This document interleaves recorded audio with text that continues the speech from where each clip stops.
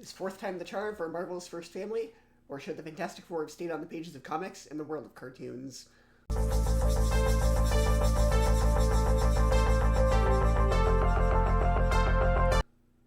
Well, I'm happy to say it took 20 years, but we finally have a worthy Fantastic Four movie.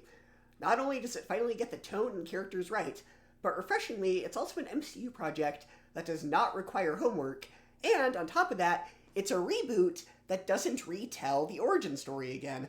It explains the origin, but it doesn't spend half the movie on it.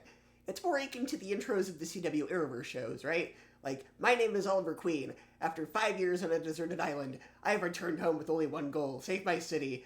My name is Barry Allen. I'm the fastest man alive. My name is Kara Zor-El, right? It's very much like that. And this film is set on an alternate Earth, not the main MCU Earth, so it's not tied down to other MCU projects and is given more free reign. Director Matt Shakman directed the WandaVision series, and this movie very much feels like the early episodes of that show that were pastiches of the 50s and 60s. The first two Fantastic Four movies were live-action cartoons in a bad way, but this is a live-action cartoon in the best way, mixed with old 1950s and 60s sci-fi serials. It's one part the Jetsons, one part Lost in Space, and one part Flash Gordon. It knows it's campy and it embraces it, while at the same time being careful not to go too far with it. And it's refreshing to see a superhero film where the heroes are revered, not feared. There's been a lot of nihilistic comic book properties where the heroes are feared and the government seeks to control and regulate them, but much like the Adam West Batman show, the authorities are cool with the heroes.